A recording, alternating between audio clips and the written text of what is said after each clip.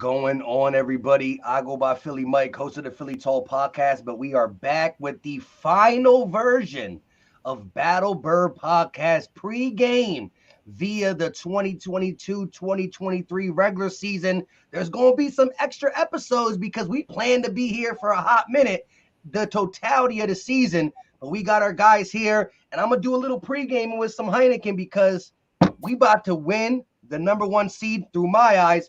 How you feeling, Fresh and Gate? Go ahead, Gates. Hey man, this should be the one where we clinch, guys. This should be it. This should be the number one overall seed. Give us that week to kind of get healthy, kind of get right, make sure the playoffs flow through Philadelphia. Hey man, we got number one back. Let's get it. You're that man. You know what it is. You know what it is. Your boy Philly Fresh, aka the General. Man, listen. This is just like the Philadelphia Eagles. Nothing is cut and dry. Nothing is just that's what it is and that's what it is. But I love it.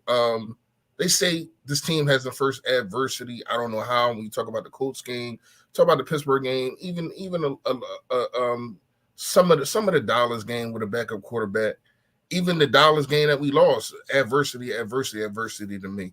But this is the major adversity. Losing 2 games in a row. Everybody's up in arms and just acting like we're the worst team in the playoffs now because you lost 2 straight. But I could have swore Kansas City had 3 losses too. It's just when it came, I guess. So those losses don't count because they came at the beginning of the season or the middle of the season or, a fraction of the end of the season too. But when you look at it, the Philadelphia Eagles still have the best record in the NFL. Well, Kansas City has it for right now. You know what I mean? But we can tie them. And you come away with the number one seed. You get to put on them hats, NFC champs. And this is what the Philadelphia Eagles work so hard to do. This is the first step of getting to a Super Bowl. And no matter how it gets done, if it gets done, it's going to be a smile on my face, y'all. Yeah, and let's put it in perspective. This will be the 5th time in franchise history that the Eagles claimed the number one seed, right? It sucks that a team that is going for the number one seed is also clinching a division at the same time. That just goes to show the other teams in the NFC East and how tough that division has been throughout the season when you look at the rest of the NFC. But whether we got it week 11, whether we got it week 18, the fact is, NFC East champs was what we first wanted to get.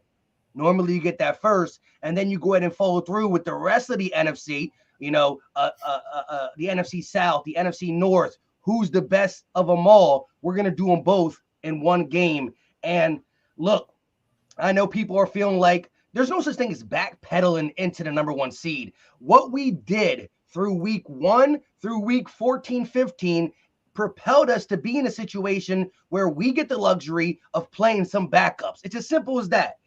We're not asking for the Giants backups. This is a team that has not smelled the playoffs in forever, and they want to make sure they cross their T's and dot their I's. With that being said, they are our next opponent, and we just need one more. Yeah, I mean, look, the way I look at this situation is that 2 narratives emerged. You guys remember the first narrative? Anybody can do this. This team is so good. It's so well coached. Anyone can do this. It ain't Jalen Hurts. Well, that turned out to be complete and utter bullshit. So what was the new narrative? You saw it on Twitter, Mike. I know you did. The new narrative. Oh, y'all's coaching staff and your team's not that good. It's Jalen Hurts. Come on, man. I'm getting tired of these stupid narratives, bro. Big swing, right? It can't be both. Yeah, you got to pick a struggle. You can't. Come on now, you got to pick a struggle. But I do have a question for both of y'all. So we coming into a situation to where though we are facing backups, but the number one backup that you do want to look at always, no matter where he was drafted, how long he was drafted, and this is his first time playing an NFL game, is Derek Webb. I tried to do some research on him, really didn't too much come up.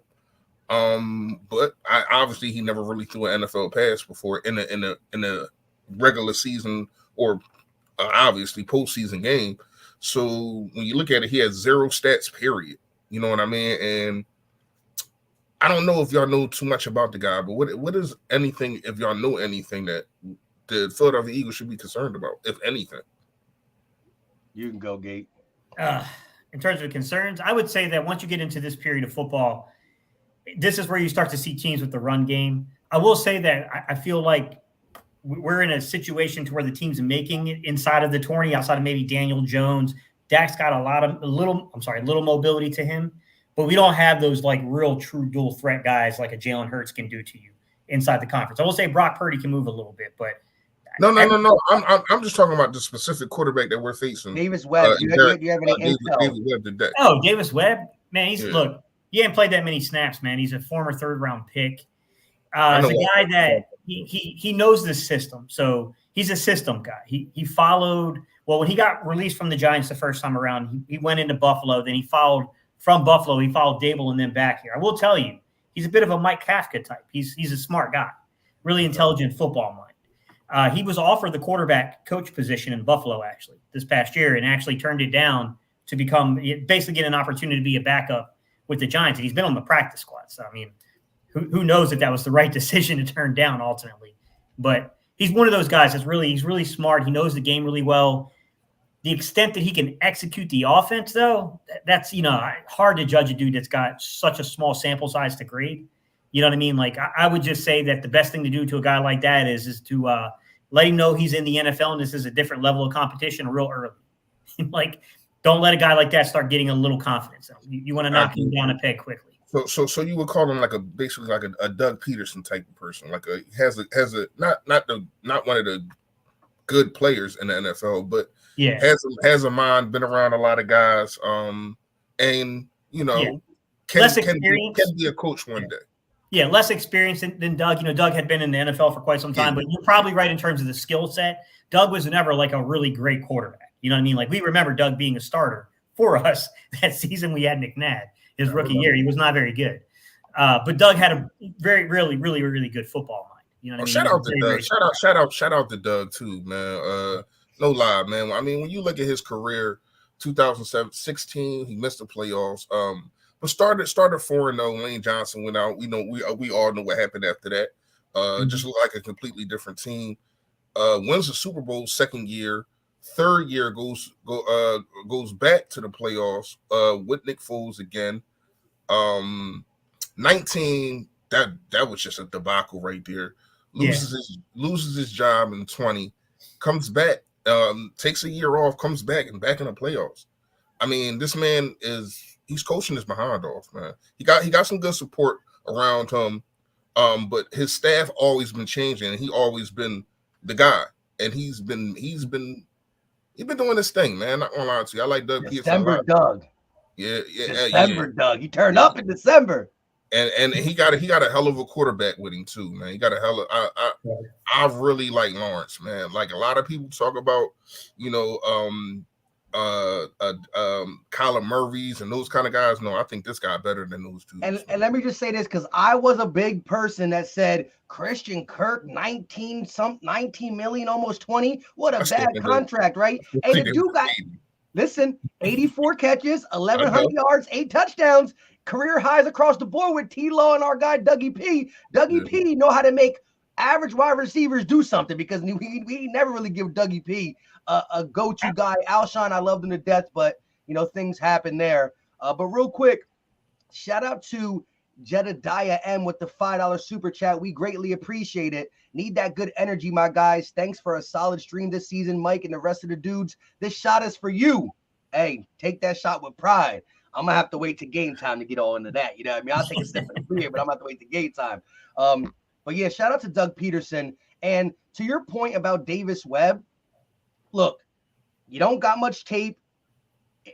In this NFL, everybody who came to this level has some talent. Being consistent is the hardest thing to do in the NFL, but we've seen the one game explosion for multiple quarterbacks that will never be able to live up to that again. And you just don't want to see it now. The thing I can say is, if Davis Webb is playing with starters around him, maybe he excels in the game, but having backups on backups on backups, really not feeling this game, and the Eagles having everything to play for, I mean, I want to see Jalen Hurts for 2 quarters, because by the end of the first half, we should have the cushion we need. We're favored by 16.5 points. It should be a double-digit lead, and it should be Gardner Minshew time. And yes, I'm nervous with the coaching staff and Gardner Minshew after what I saw last week, but we're not talking about the Saints starters. We're talking about backups on backups on backups. Do I want to put my all my faith in Gardner after that performance? No. But I think if Jalen Hurts gets the lead we need to see, shake off the rust, I'm ready to see Gardner halftime. Yeah, it's crazy you say that because one of my first do's and don'ts. Make sure y'all go check that out too. It's a free giveaway, and that y'all got about until 4:30. But when you look at it, to me, I say come out there, just get the job done. Get the job done fast. Don't play around with these guys. You don't have to do trick plays or whatever the case may be, but just go up fast. That way we can get everybody out of there safe and sound. Because we got to understand, once again, we're going against some practice squad guys, but you're going against second stringers, and these guys are trying to make a name for themselves. So they're going to lay their body on the line. It's the last game of the season. It's really some of them might not ever play football again. Some of these second string guys. Some of these guys might not play football again for the Giants. So they're looking to put tape on for other teams. So you have to understand that, and well, the coaching staff has to understand that. Get this job done fast. Get Jalen Hurts and those guys out of there because we are not 100%. Miles Sanders, he has some type of knee problem. Jalen Hurts, we already know with the shoulder. And you got a bunch of other guys that's nobody's 100%. Plus, we've been not so lucky down the stretch, man. Down the stretch has been killing us. We've been losing a guy a game. But we be getting C.J. Gardner Johnson back is major to me. Yes. You know what I mean? Because Jonathan Gannon, I don't know what your defense be doing when it comes to you not having Avonte Maddox or C.J. Gardner in the game. Now, here's what I'm gonna say against the Saints. Yes, they made adjustments. Only gave up 13 points. The whole game, I think only 3.5. Correct me if I'm wrong. But here's the thing. I looked at that game again, and I looked at tape. For some reason, in the second half, the Saints didn't come out and use Taysom Hill like they was using him in the first quarter. So you got to some of those credit goes to the Saints. Like, thank you, because they couldn't stop him. And to me, you got to find a way. You have to find a way to stop one guy. One guy in the NFL game, if it's not the quarterback, not quarterback / tight end or whatever you want to call him. You have to find a way to stop this dude. And he was just doing what he wanted to us. And it was embarrassing. Not going to lie to you. That first quarter was embarrassing. A 9-minute drive. And then the offense goes 3 and out. And then you're just looking at it. You're like, come on now. Really? Yeah, it's that. Like, I get the feeling what they wanted to say all season. When you look at, like, from Howie to Nick to Jonathan, they all beat around the bush about this point when it comes to the offense and defense. But to me, that's a very symbiotic relationship with the way that we structure our actual like personnel sets. Because here's my thing, that entire defense is predicated upon quarterbacks trying to push the ball into no zone where you should not be pushing the football and getting it taken away from you or getting sacked. The problem is if you can allow a team to get into rhythm, you keep the game close enough, they execute in the right spots on third down in the red zone. It's ugly. It can get ugly quick if you don't have that kind of balance to it, the symbiotic relationship between the offense and the defense. Now, I mean, Reese, I think what you're alluding to is when we get to the playoffs, man, like you can't have those moments. You can't have those moments. Like we have to be able, like, look, there's certain teams like Dallas and teams like that can score points. We're not talking about holding them under 20, but there has to be a handful of possessions to where you get a stop and you force them to punt. And you give our offense the chance to build those double-digit leads with Jalen, which is a completely different story. Because now you're talking about the ultimate third down conversion threat. when you got Jalen Hurts out there, it's a completely different story. Yeah, but I mean, it's tough, man. To me, Gates, and Mike too. What pisses me off the most is the 9-minute drive when you have multiple third downs and fourth downs and you can't get a stop. It's just like. And they're all third and short. They're all 3rd and 3. That's 3rd right. and 2. Yeah, it's like 3rd and 1. Yeah. And they kept setting. It's like everything that they was doing was working, and you couldn't stop a thing. You can't. Like they wanted to be in 3rd and 2. They didn't want to get a first down on 2nd down. They wanted to We're going to run 3 yards, and we're going to run another 4 yards. Now we're at 3rd and 3. We can run it again. Like, and then not only that, you had Andy Dalton looking like Peyton Manning in 2000. Peyton Manning in 2015. It's like what are you doing? And the crazy thing is this though, and actually, Andy Dalton was completing his passes, so he looked like it. But like the first 3 completions were all behind the receiver, but we ain't have a defensive player in the vicinity. So no matter where he threw it, it was snagged. I'm like, behind them, but there's no, again, that soft zone. And that stat that came out after the Saints game, 35 of 34. 34 of 35 completed passes while playing zone coverage. That's my thing. Well, that's when you got to say, hold up, this ain't working. When I'm playing Madden and I keep going back to this play, you know what it says next to that play? You give up 12 yards of play on this. Stop playing that, Mike. And so he doesn't have the Madden thing like that, but he got analytical guys that are telling him, bro, when you run this defense, you're getting torched. So what he needs to do is say, I need to bring this defense in at certain times. Just do it less. Man, I ain't going to continue doing something that's not working for me. And we saw last year, towards the end of the season, he played more man, but it's not really trending that way this year. Again, when Avonte Maddox ain't there, and now you include C.J. Gardner-Johnson, the man coverage goes way down, way down. I don't want to spoil our upcoming collaboration we have, guys. We're doing a Nick Sirianni mock press conference with all content creators. So we have this massive kind of collaboration coming up that we're going to do together. But one of the points that somebody brought up in the video, and I think this is pretty fair, and I think it should be talked about, which is it's not that like Jonathan Gannon is particularly bad. It's none of that. I do think Gannon's a smart guy, but I do question it. Like when you play a guy like Justin Fields, it makes sense to never have your defenders back to that guy. That dude's going to burn you if that happens. However, when you got a guy like Andy Dalton, you can't realize this guy doesn't have a lot of pocket mobility. Bring our guys down tight on the receivers.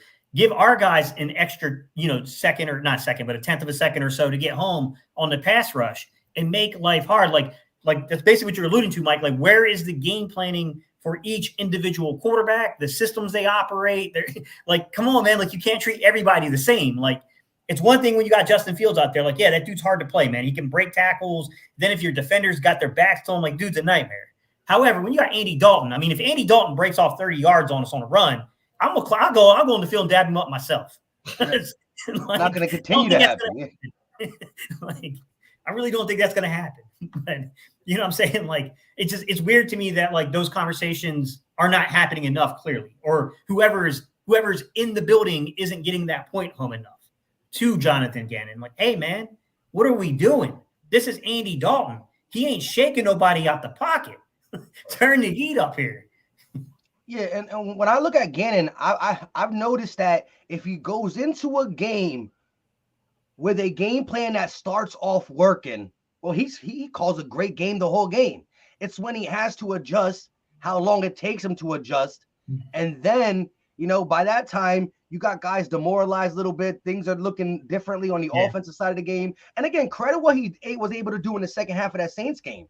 But again, shutting down the Titans, shutting down the Vikings, shutting down the Giants, dominant performances in the first half is cool. But what happens? And I heard this on 97.5 The Fanatic, and I'm going to say it one more time. Like, this coaching staff, when things are going well, they know how to continue it.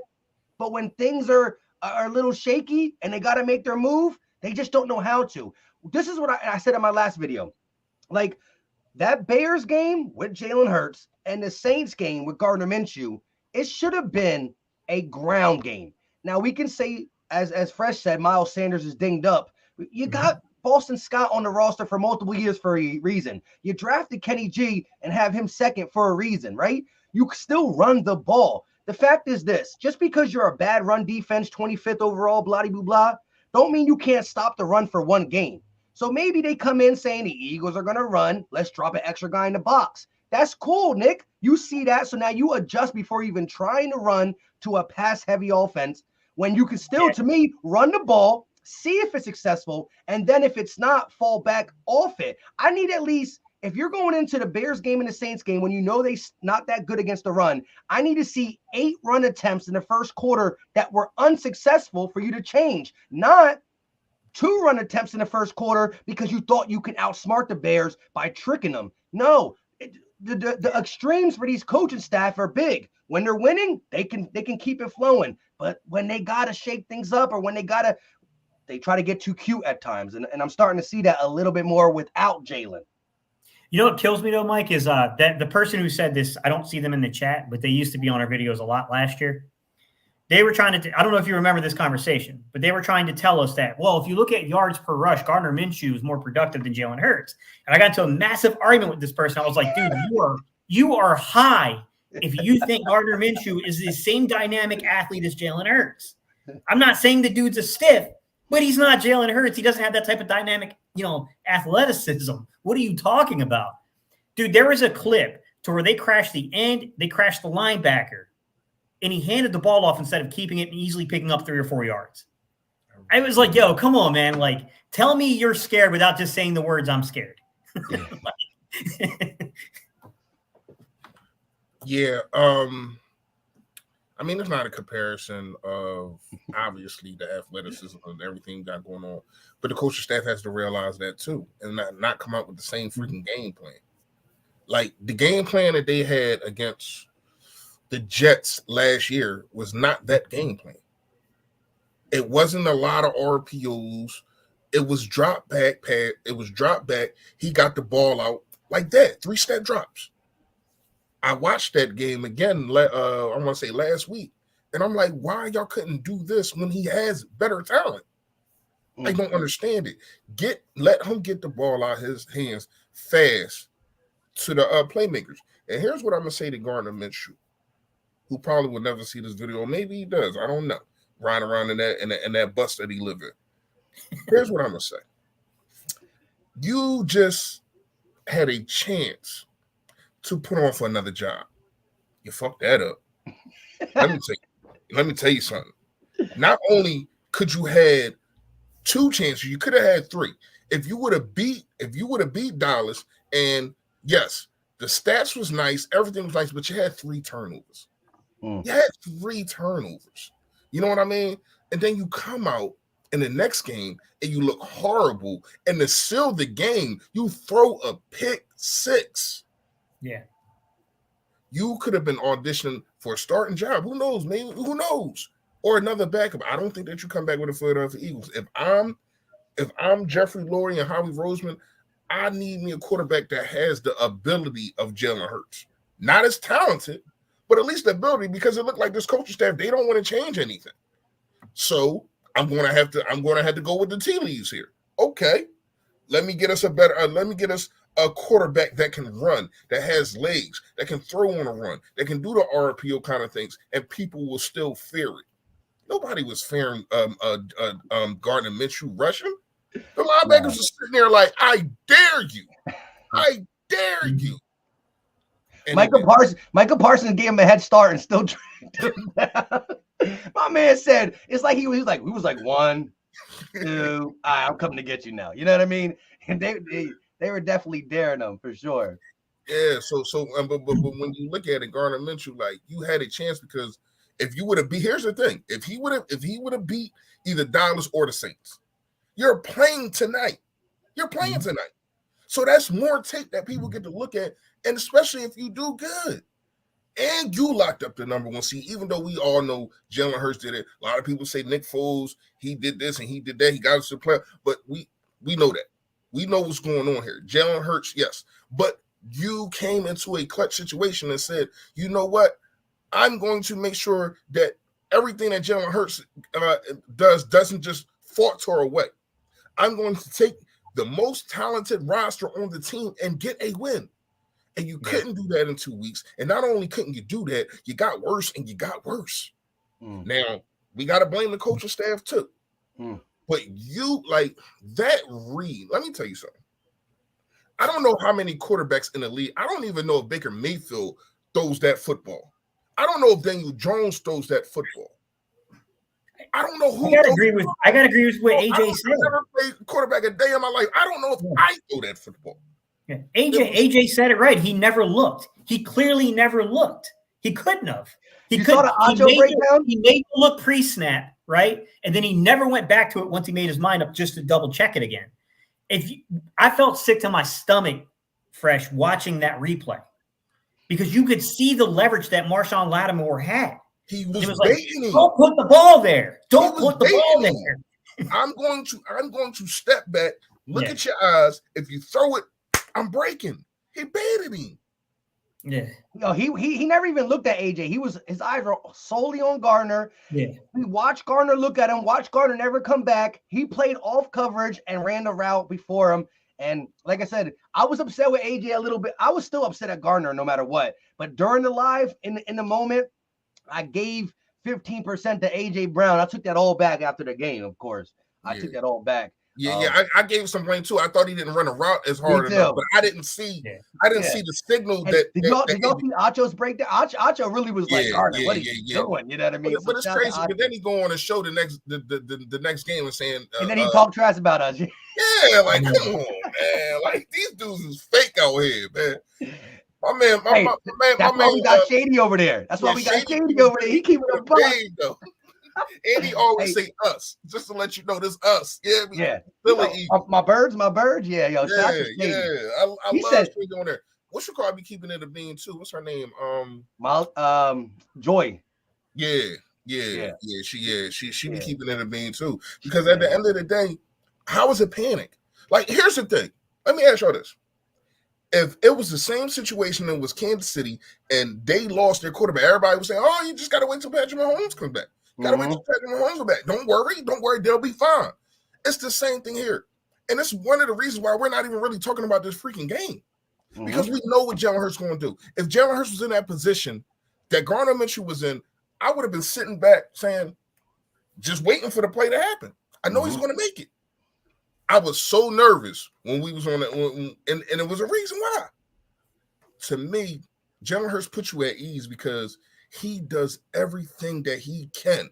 He has not lost this is why he's the MVP to me. He has not lost a game for the Philadelphia Eagles all year. You want to talk about the Washington game? It's not his fault. You got two to three fumbles. Dallas Goedert, AJ Brown, and Quez Watkins. But he still was making play after play after play. But we can go in there, we can see Patrick Mahomes throw 2 picks at the end of the game to try to take the lead. To me, that should be the deal sealer right there. Patrick Mahomes has lost 2 games himself for his team. Jalen Hurts has lost none. Go ahead, Charles. 0. Real quick, shout out to my guy Lust with the $20 banger. I might have to take a shot on the stream. You know that's the rule. The $20 require a shot, but we gonna carry it over to the game. Philly Mike, much love. A breed of one is back. Looks like Jalen isn't a system quarterback after all. We will beat the midgets, but the last 2 games were a nightmare. They looked out of sync. By the way, that Cowboy song is dash dash dash dash. I don't know if y'all saw it. Did y'all see the Cowboy song that's been going around on Twitter? E-Rock shared it first. Yeah, you know what the crazy thing is? Their Super Bowls are left in the 1990 era. Their flow. That's a 1995 flow right there. You got to see it. I'll tag you in. I read. Yeah, you got to. I ain't see that, Joe. You know how to get us. You know how to get us. It's funny. I'm still gonna smoke that, Joe. Go ahead. I'm listening. But yeah, it's a wild song, and the lyrics are bad, but the flow. So is it a it's new like they song? recorded it right after their last Super Bowl, but they didn't. It's new. It is a new song though. Yes. It's newish. I can't wait to hear this. Newish. Yeah. I can't wait to hear this. I wish I could play it real quick, but actually I could play it on if I do it with my phone like this. But yeah, you got to check it out. I ain't gonna be able to finish the show. I'm gonna laugh so hard. Yeah. we gonna keep it for the after party. You know what I mean? Yeah. All right. So I put it on YouTube Shorts too. But I put it on with my. So when I retweeted E-Rock's thing, I said this junk is ass. I pulled the Shady out. Right? I did see that title. I ain't never go to it though. I put it on YouTube Shorts too. It's not good, but it's funny. All right, so I'm gonna go there. So I mean, but to get into the game, here's the question that we have to ask. We know that we're going against backups. Is there anybody like on offense or defense that you think that they would just probably sit, or do you think you come out full strength, get the job done, go up a dub, you know what I mean, and to where there's no way that they can come back, and then you just rest everybody, and at the end of the day, it's going to look like a close game. My score prediction is going to be weird to y'all. Not gonna lie to you, just because of the fact I think that's going to happen. Or do you think that they're going to just rest anybody like I don't know, probably like Dallas Goedert or whatever the case may be? To me, I think I would take it easy with CJ Gardner-Johnson, just because it's not like a bone or a ligament that got better. It was, that's just like rest. And I'm not trying to get popped in the chest again. So he would be a guy. I wanted to get him out there to get the blood flowing because he hasn't played it so long. But I would take it easy with him for sure. I remember Zach Ertz had that. I want to say that was 2019. I think lacerated kidney. No, you're right, Reese. It was 19. It was 19. He had a lacerated kidney, and he came back in one game. That's what he has. He came back in one game. Yeah, he came back in one game. Yeah. Remember, I think if I remember correctly, Fresh, that was part of the beef he had with this organization. Was like he felt like he put his body on the line for them. Exactly. Like, that was his contract year. Yeah. He only missed one game. He only missed one game. Yeah, that was nuts, bro. He shouldn't definitely not have been out there. Like he definitely shouldn't have been out there. All right, CJ. He was fine though. CJ can play. CJ can play. You can play, CJ. Yeah. Nah. But is there anybody that's on your mind, Gate or Fresh, that you're like, he's been nicked up throughout the season? Let's give him a break. This guy probably played lots of snaps. Like, I don't know. I'm trying to think. Is there anybody who never missed time, but you see him get nicked up every once in a while? And I would rest honestly. TJ Edwards. Let TJ Edwards get some rest, man. It's a long season, play, right? Yeah. He's playing like letting Jacoby come in and play. Like, the snaps, right? Yeah. He leads team snaps, right? Yeah. Yeah. Now, I think the downside is, doesn't he have the green? He's got the green. Yeah. You got it. It's got to be something. You got Kaiser White. He can play that role. I would have to go with Miles Sanders. I don't know how bad the knee is. You know what I mean? It only been brought up twice, but he says that he's healthy. But of course, he's going to say that. And to me, he doesn't look the same. Like, I know a lot of that might be because of Jalen Hurts and some of the holes are bigger or whatever. And they're not giving him the ball. Like, really not. He didn't get the ball until 2 minutes and 30 seconds left in the second quarter. That's ridiculous, man. And this is continuously happening. I don't know if they're reserving him, but still keeping him on the field. I don't get it. I don't understand it. But since you don't use him, rest him. That's what I would do.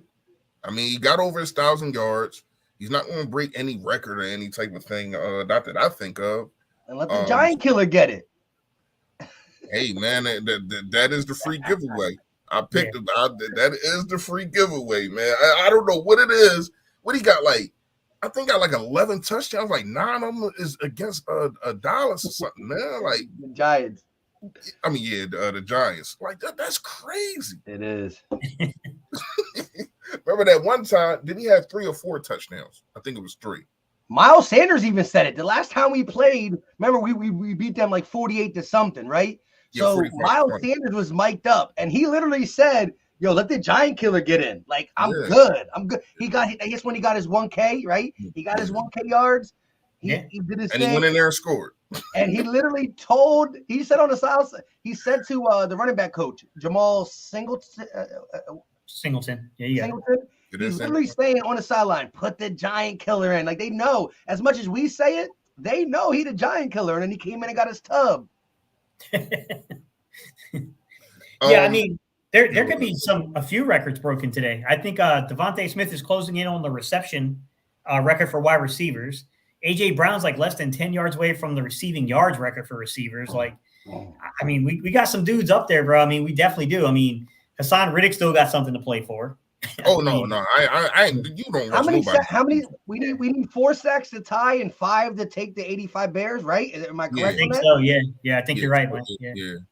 I'm playing the whole D-line. I'm rotating them Jones. Listen, everybody play on the defense. I need this to be a dominant performance. Like I need I need them to lock stuff down, man. And I just need Slay in his one-on-one because I'm tired of people saying and showing me these tapes of him getting burnt, but it's in zone. It's in zone, and it's like 3rd and 30. Like, oh my, yo, that's one of the, what? I don't even want to talk about. Yo, I ain't gonna lie. I almost threw my laptop at my TV. That's how mad I like. To me, the 4 turnovers in 3rd and 30 gives you the game. But if you're the Dallas Cowboys, and I said this in the video, you're happy with that win. But are you really? It's a backup quarterback. It took everything. When we gave y'all the ball 4 times, and it took everything for y'all to win that game. And y'all had a shootout. Y'all had a shootout with Gardner Minshew, who the Saints just shut down. Facts. Defensive ass. That defense ain't the same anymore. That Dallas D, right? Their offense is putting up points, but their defense ain't the same. But also the 3rd and 30 was the biggest, right? You talk about the 4 turnovers and the 3rd and 30, which was disgusting. Like, and the way we did it, back-to-back sacks. Like, first of all, we recovered a fumble. I don't care what anybody says. I watched it all 22 a bunch of times. Bro, they cheated us. I don't care. They cheated us. I'm going to call it is what it is. It's over with. It doesn't matter. We're going to get the number 1 spot. However, against Dallas, it doesn't happen. I know, right? Remember the kick return? Remember the kick return? Yeah, 2019. Yeah. Oh, we don't know. He comes out with the ball in his hand talking about there's no possible recovery or something. Like, what? Like, you're just making up stuff. Anyway, we ain't gonna that Avonte Maddox 3rd and 8 play was big too, where he hits Dak in the chest. And then look, this one goes overlooked too. So the 4 turnovers, the 3rd and 30, the Avonte Maddox play, but the Cowboys went for it on 4th and 8 or 4th and 9. And we got an illegal hands to the face from Slay on an uncatchable ball, a ball that was thrown 5 yards out of bounds. You know the crazy part is use to the hands, automatic first down. So there was like, you can't get any more given away. But do you know who called that play? Who? T.Y. Hilton. T.Y. Hilton was in there for 2 plays that game. He got the 3rd and 30 in the 4th and 9. He was in there for 2 plays. T.Y. in 2 plays really beat us because they scored on both ends. They scored on the 4th and oh my god, I forgot it was T.Y. on the 4th and 9. Yeah, it was T.Y. man. His butt got off the couch. It was causing problems to our defense. That's crazy. Yeah. But to be fair, you got to remember this about T.Y. Hilton and where he played. He knows the offensive system because he knows Nick Sirianni. He knows the defensive system because he knows Jonathan Gannon. Yep. It's actually a really, really smart signing by Dallas, leaning into that. And he was literally the X factor. Only played 2 plays. Literally the X factor.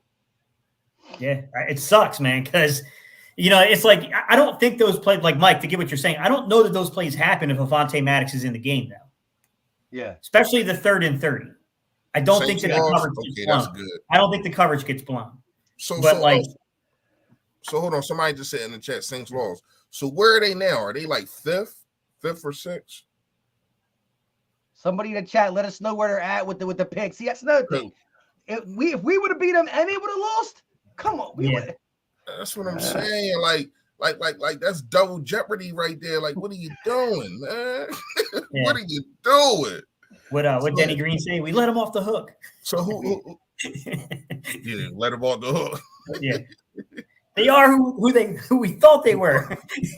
So right now I'm picking 10th. Yo, I watch that interview all the time. Yo, he been snapping. Yeah, I love that interview. We got the 10th pick. So they got the 10th? That's what it is now. So I know Houston in there. I know the Lions not in there no more. Who else is who? Atlanta. So they're a 6-win team. No, a 7-win team because they beat us. They're a 7-win team. They should be a 6-win. That's still good though. 10th overall, still good. I don't know if the guy from Alabama who I was plotting on is going to be there now though. Yeah. He's a beast. Well, I was kind of hoping that like if Howie got like a 4th or 5th, that he would end up doing something where he moves back to 10, get some more picks anyways, and then we pick at 10. But now he's stuck at 10, so we'll see. Yeah. We had the 10th pick last year, right? Or the year before? Last year we had the or the year before. We picked which one called it 10th, right? Devontae Smith. Yeah, but we had the 12th. Then we had the we went up. We had a super early one, went back to 12, and then got back up to 10. Right. But we did pick him at 10. He playing shoots and ladders. Yeah, we did pick him at 10 though, right? Yeah. Pick him at 10, right? Yeah. That was because we did the deal with Dallas to get in front of because the Giants wanted.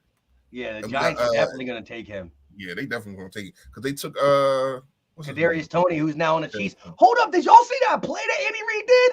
Oh my God, Andy Reid is just. You didn't see the carousel play? No. You saw the gate, right? No, I didn't see it. What happened? What? Y'all don't watch this football? Y'all not watching football yesterday? No, I wasn't. No, I didn't watch him. I did a whole lot of running around. Andy Reid had him come out, and they were in like a scrum, like a rugby scrum, and they were going around like a carousel. Then they jump out, and it goes. Is that even legal? As long as they jump out, they line up right away. They have the running back in the shotgun position, two guys to the left and right. They have Pat Mahomes behind them, hikes the ball to him. They do a pitch to Pat Mahomes. Pat Mahomes throws it across the field to Kadarius Toney, and he runs it in for a 20-yard touchdown. But the carousel beginning, that John was Andy Reid. He said, I got things I gotta look up, man. That junk, I ain't never seen nobody. Yo, Andy Reid's a beast. I still got love for him though. I was like, Nick and Steichen did that move down on the goal line where they had what's his name, the second round pick, the center, Juergens, report eligible, and he did that split out, then he came back in the formation. I was like, oh, okay, like I would have loved to see that type of that type of creativity versus New Orleans. Like, where was that at when we needed it? I've seen none. Yeah. I've seen none. Yeah, that's crazy. I mean, definitely. And New Orleans, they was trying to disrespect us too, man. They trying to do trick plays all over the place. They tried to throw a flea flicker. Yo, they was trying to disrespect us, man. Oh, they were going for it. Yeah, they was trying to disrespect us. Like, I mean, to be fair, we were their Super Bowl this season. They weren't going to the playoffs. So, you know what I mean? Like, even though they had a shot if Tampa Bay lost that game, I mean, I'm pretty sure they knew that they were likely done. So, pretty much, we provided their Super Bowl. They get the team that had the best record in the league at the time with their backup quarterback. That's the part that ticks me off about the coaching staff, man. Like, be aware of the situation around you. Like, you got this team coming in that you hold their pick. So they have every incentive to beat you because they don't want you to have the best pick you can get from the situation. Not to mention, you're basically their Super Bowl. You're going to be the measuring stick they measure their season upon because there's nothing else to measure it with because they've been so bad. Like, it just, I don't know, man. Like, where's my guy Jim Moore? Y'all remember, speaking of famous quotes, Jim Moore, playoffs? We can't even win a game. Playoffs. Yeah. You don't remember that? Yeah, playoffs. The way he said it, though, his face. I can't do his voice. Yeah, I can't do his voice, but yeah. All right, I'm about to pull it up real quick. You got to see this. All right, go ahead. Just got to see it. Hold on, let me go back to Twitter. Let me make it big. And the sound's off, so you won't be able to hear. So I don't think it will demonetize us. But ready, watch this. Why is it so slow? Okay, there you go. What the hell? Okay, so nobody's busy after that? Yeah, that's cool, bro. Yeah, that was cool. Oh, it didn't show the whole thing, but he throws it. Once he throws it to Kadarius Toney, he takes a little wide receiver screen for a touchdown. It's not 20 yards, it's only 10. But he throws it over here to screen. All Your that for a screen, is so confused. Your defense is so confused because everybody comes out. I ain't gonna lie, and at that point, I'd have messed. It depends on how many I had. I'd have probably called timeout. Like, come on, we're not doing this, dog. Like, what are we doing here? Like, you're not gonna try. You're not gonna try to make me look like the last of stock over here, man. No, timeout, man. Try that shit again. Yeah. Try that shit again. And literally, when he throws it over to Kadarius Toney, there's only one guy. The guy gets to his ankle a little bit, but he shakes him off, and then he got like 3 blockers, and he walks in. I'm talking about walks in. But Andy Reid, man, my man's like, yeah, y'all can call me a dinosaur if you want. I'm still gonna create some new stuff. Yeah, Andy Reid was the first one to do the whole, the McNabb flick to like Westbrook and stuff that he still does with Kelsey, with Mahomes and Kelsey. Like other people do it too, but Andy Reid created that back in the early 2000s with us, McNabb and John. Like he stole it from college. He stole it from college though. Keep it all the way at being. I don't know, team. Everybody really still. Yeah, Everybody. nobody's still dead. No, ain't nobody still that. I'm surprised them players wasn't dizzy after doing that shit. Right? But it's crazy that you say that. You bring up Andy Reid. We really got a possible chance to go against him in the Super Bowl. We do. Yeah. Like, that's going to be so crazy, man. It's going to be so crazy, man. Like, you got brother on brother, with the Kelsey brothers, and you got Nick Sirianni is not from his tree, but he's from a tree, kind of, sort of, you know what I mean? Like the Doug Peterson kind of. Yeah, he started in Kansas City, to be real. Yeah. Nick did. Started in Kansas City and went over to San Diego before going to Indy. So, I mean, but it's like 3 different trees that them blossoms. Go ahead, Mike. Flowers everywhere. Flowers everywhere.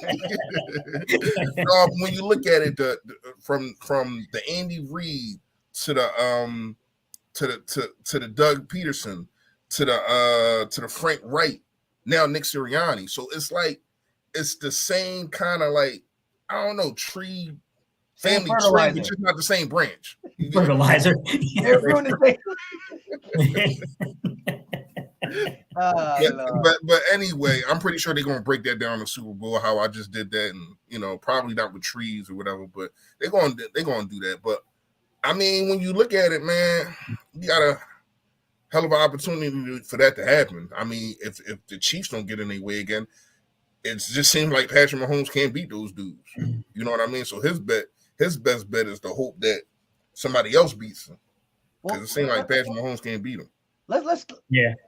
Let's talk about the Giants, but let's talk about the Giants in a different light, right? Like, I'm not trying to be disrespectful to the Giants, but they're playing their backups, and let's be real, Let's be real. However, could you see a scenario where Kirk Cousins screws up in the first round against the Giants, and the Giants coming back to Philly for the divisional round? Because listen, if the Giants win against the Minnesota Vikings, then it doesn't matter what happens in the Dallas and Tampa game, right? If Dallas or Tampa wins, we might be playing them if the Vikings win. But if the Giants win, we'll automatically get the less seed. Now, what could change that is if Seattle or whoever's the 8th seed, whether it's Seattle, whether it's Green Bay, if they end up beating the Niners, but I don't think Seattle will beat the Niners. And we know no matter how good Green Bay is playing now, they never beat the Niners. I mean, like, MVP Rodgers didn't beat the Niners in back-to-back years. So that being said, could you imagine if all we have to do, and now this is me throwing a slight at them, all we got to do is beat the Giants and get to the NFC Championship? How'd that make you feel? It's possible, Mike, because listen, I'm not trying to throw shade at Kirk Cousins, but that dude melts versus pressure. He does. He is not good versus pressure. And that Giants staff, they believe in one thing, and one thing only defensively: blitz. Pressure you into trying to make a mistake. That's what they believe in. And it's like, we've seen Kirk Cousins kind of come unglued in that situation. Now, do the Vikings have a better overall talented roster than the Giants? Of course they do. But I think it's a bad matchup for them, honestly. I think that's a really tough matchup for the Vikings, because you got an extreme aggressor as a defensive coordinator coming in against you. And you got one of, probably, I would argue, one of the, out of the better tier quarterbacks, right? That top 20 list of guys. He's one of the worst first pressure, to be honest, Kirk Cousins. I mean, hell, look what happened in Philly to him.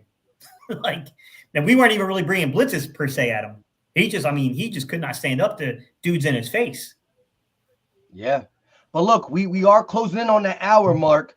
Let's get these player to games, and it could be a really weird player to game and a really weird score prediction, because hey, the player to game might be a guy who didn't start but then has a big finish at the end, because we might see a decent amount of Eagles play this game. Mm-hmm. So go ahead, Fresh. You want to go first? Yeah, I go first because I know none of y'all are going to take the picks that I'm going to make. My defensive player is going to be a starter. I don't think defense really comes out of the game as much because I think they got really something to prove and some connection, and getting CJ Gardner back just to see where he fits and how he fits, and just getting some more camaraderie. So I'm gonna go with Hassan Reddick. I think Hassan Reddick gets me another 2.5 sacks today. Yeah, that way. Uh, he gets me another 2.5 sacks today. Just been a beast. I understand, and we can talk to our faces blue about him being defensive player of the year. Only 3 players have had the stats of having 16 plus sacks, 5 plus forced fumbles, and 3 plus fumble recoveries. That's him, TJ Watt 2001, and I think Chandler Jones 2019. So when you look at a guy, he is kind of making history all over, especially for the Eagles, and I just wanted to continue. This man is a beast. And yes, he only and it sound like a lot when I say 65 snaps drop back this season. Some people might say it's a lot, some people might not say it's a lot. It's not really a lot, but you didn't need to drop him back 65 times, in my opinion. So Jonathan Gannon being funny and saying, y'all, well, maybe it had more if I didn't drop him back, but he's absolutely right. He's being facetious in my point, but that's neither here nor there. That's my guy. Sorry, y'all. Just one more. Offense, I am going to go with Zach Pascal, man. I think Zach Pascal has a hell of a game. I think he scores a touchdown and has about 70 yards quietly, a quiet 70 yards. I think he gets used through the whole game. Being in and out with Quez Watkins, and then since he's not a starter, he will play the second half, even if the starters don't play. Score prediction. My score prediction is going to be 27-21, and here's why. I think we go up big. We go up big 20 to a donut going into the third quarter, and we just coast and start running the ball, put another touchdown in the silver deal in the third quarter, and it's still 27-7. Then we put our backups in, and they probably score 1 or 2 touchdowns, but it doesn't get out of hand. Okay. I ain't mad at it. You want to go next, Gary, or do you want me to go? You can go. Good, because I'm going Boston Scott on offense right away, right off the grip, the giant killer. I think that you'll see Sanders a little bit, but you will see a heavy dose of Gainwell and Scott, especially as we talk about the second half. So I got Boston Scott on offense. On defense, I'm going to take Marcus Epps. He's a guy that I think they'll let him play even if we're in the third quarter. He's just a guy that seems to what the interception. Sorry. You're watching the game, Mike? I'm watching the Bills and Patriots game as I'm doing. The Sixers are on. Yeah, I know. I should be watching the Sixers. But no Embiid against the Pistons is kind of hard to watch without Embiid. Yeah.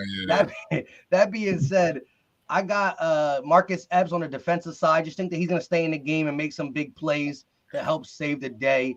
I'm not going to go with any big starter because I hope guys like Slay and Bradbury are able to rest and we rocking with the McPhersons and the Scotts of the world. But I'm going to go with Marcus Epps. Score prediction, my man Jalen Hurts not only is back, but he's rocking the I'm back Michael Jordan t-shirt. Like, that's ice cold in the veins. So I think we still going to put up points. I got it 30-13.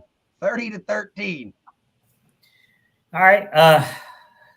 Offense. This is a tough one, man, because I don't know the length of time the starters are going to play. I don't know. You know what I'm saying? Like, because, the starters can only play a quarter, have a major impact on the game, and then Minshew comes in and no one gets anything. So, I'm starting to get – I'm like, oh, man, I don't know here, bro. All right, I'm going to say offensively, the guy that I think could carry from the starters into the second team, Kenny Gainwell. I'm going to say Kenneth Gainwell offensively. Defensively, man, I'm kind of going back and forth a little bit about this one. Kyron Johnson, I think, is going to probably get a shake here today, but that's not what I'm going to go with, man. I'm going to go with Nakobe Dean. I think Nakobe Dean's absolutely going to get some playing time today. It's a good one. Now, score. Man, it's like a preseason game. It's so hard to say, bro.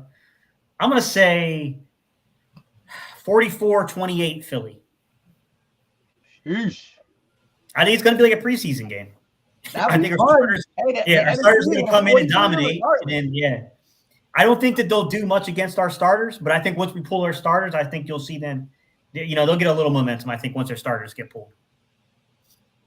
I could dig it. I actually would love the 44-28 game. Keep it, because like when the starters are out, it's hard to keep the entertainment level up. But at least if they're scoring, I think it would look pretty good. So hey, I love it. I love it. This is the last episode of Pregame Battlebirds podcast in the regular season. We got some good stuff to talk about, and don't worry, guys. When we are on our bye week, we still gonna be back here because we're gonna be talking about the NFC landscape prior to the game starting. Maybe we can do something like that, so we continue the Battlebirds podcast pre-NFL stuff. We automatically get the W with a bye week, so we'll talk about that and the supporting cast. You guys got anything else left before we get up out of here?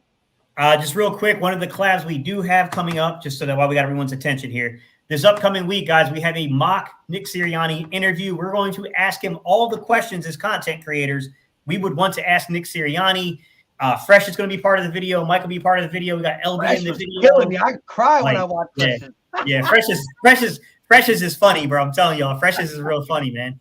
Joe Castro is going to play Nick Sirianni. I guess I got a 2-part role here to where I guess I'm going to be the offensive coordinator, Shane Steichen, and I guess judging from the comment, one of the comments, I guess I might end up being Howie too. So I don't know. We'll see. I might have to shave for Howie, but all right, Wait, y'all, man. You gonna be Shane Steichen or okay, I got you. Unless somebody else wants to be Howie. Nah, I'll take a volunteer. I think I'm the wrong shade to play Howie. I mean, well, Joe's playing Nick, bro. I mean, Joe Castro's playing Nick, man. I mean, come on. I know, I'm playing, man. Yeah, I just want to say, y'all already know, my guy over here, he does the whole game. You know what I mean? Shout out to Philly Mike. Make sure y'all tune in there, but also come through halftime. We're gonna have it's really like a 15-minute live during halftime. We talk about what we see, talk about what we don't like, and as soon as the game come back on, we click it over. You know what I mean? Go right back to my man Mike. And I don't know. I don't know how I'm gonna feel about. I ain't got work tomorrow, so I don't know how I feel about doing a post game. But just have y'all notifications on. You got the notification on, then you'll know. Yeah, it's like that annoying. Well, not annoying. Make sure you hit the like button.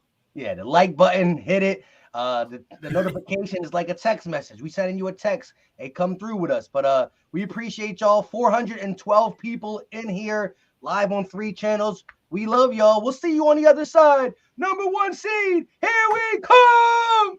Yoda.